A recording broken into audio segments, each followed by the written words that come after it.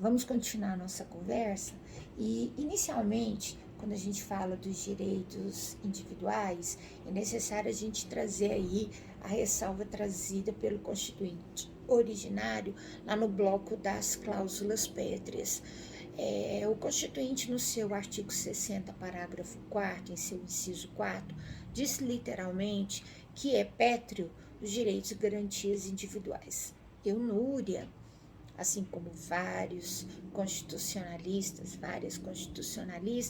entendem que foi de um mau gosto ideológico muito grande o Constituinte limitar o bloco apenas dos direitos individuais, que melhor seria que tivesse trazido aí os direitos e garantias individuais, coletivos e sociais. Mas o que está posto e que ainda não conseguimos avançar na compreensão seria aí aumenta esse bloco de direitos.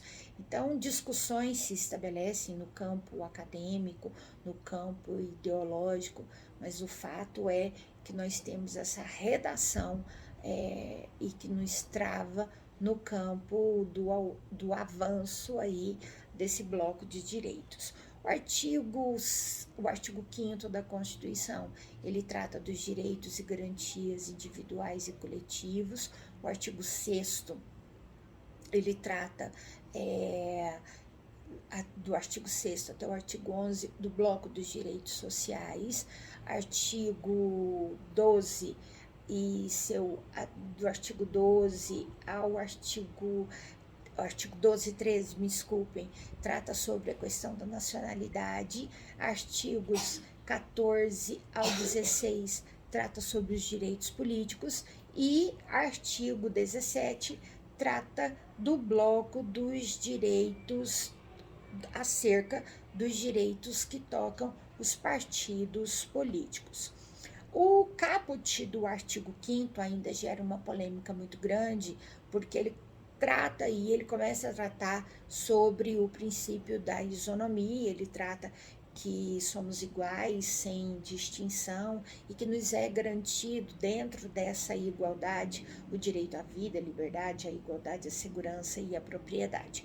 E temos ainda uma dificuldade muito grande de estender o conceito de igualdade, não só formal, mas que essa igualdade formal é uma igualdade inclusiva, e ela precisa tratar aqueles que estão em situação de igualdade e aqueles que estão numa situação de igualdade pela sua desigualdade. E entram aí as ações afirmativas e as políticas públicas que tendem a desequilibrar a balança para trazer aqueles que historicamente ficaram à margem para dentro das políticas públicas inclusivas, para que eles sejam atendidos pelo Estado e que daqui a alguns anos ou daqui a algumas décadas eles não necessitem mais dessas políticas e desse socorro estatal.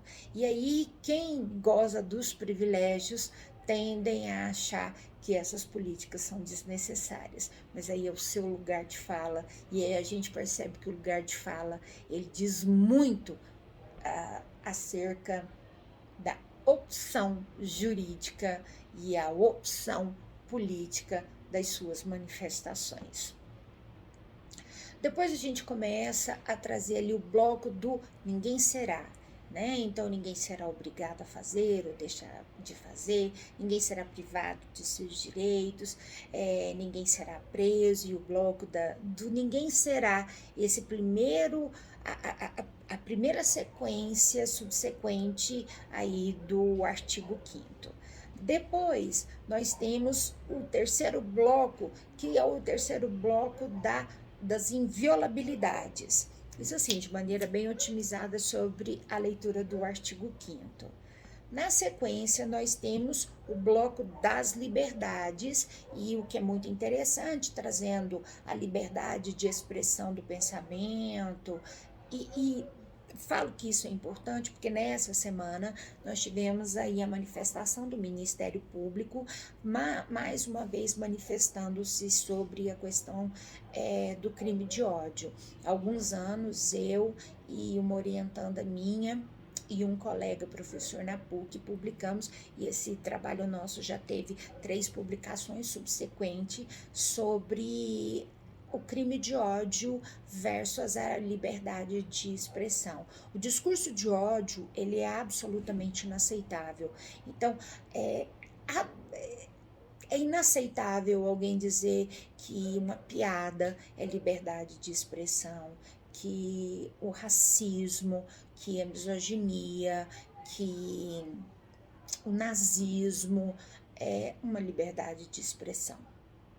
Eu sempre falo, a começar da minha casa, da educação que dou para os meus filhos e da educação que tento dar para a juventude e as juventudes que passam pela minha sala de aula, que preconceito não é algo da gente se orgulhar, é algo da gente revisitar e se curar. É absolutamente inaceitável piadas racistas, piadas machistas, gordofóbicas, etaristas, capacitistas. Isso é absolutamente inaceitável. E mais uma vez, essa semana foi inaugurada com falas desse tipo e crítica à ação do Ministério Público. É sobre isso. É sobre isso. E mais uma vez, a gente localiza quem defende a manutenção desse tipo de situação no seu lugar de fala. E aí vai uma dica, amiga e até maternal, se esse é o seu lugar de fala, revisite. Se isso é uma postura que você deva se orgulhar ou se é uma postura que você deve revisitar e se curar, porque isso não é nada a se orgulhar.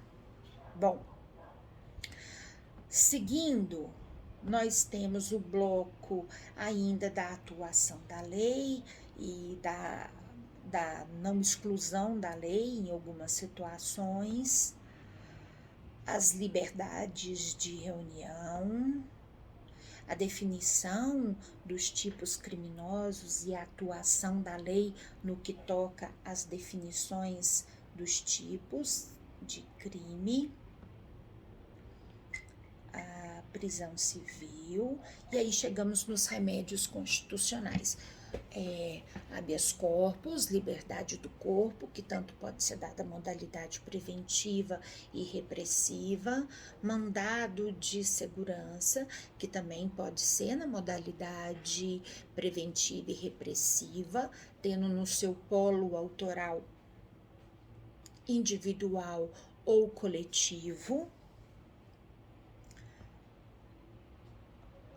Mandado de injunção, que também pode ter no seu polo autoral o mandado de injunção individual ou coletivo, o habeas data, a ação popular.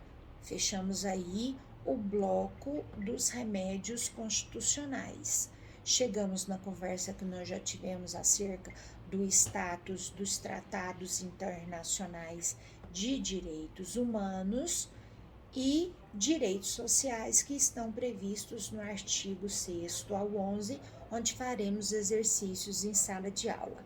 Remédios constitucionais, e vou estar conversando de maneira mais carinhosa em sala de aula com vocês na próxima semana, ok? Um bom final de semana de estudo a todas e todos. Muito obrigada e que tempos mais amorosos venham a nos socorrer. Um grande abraço.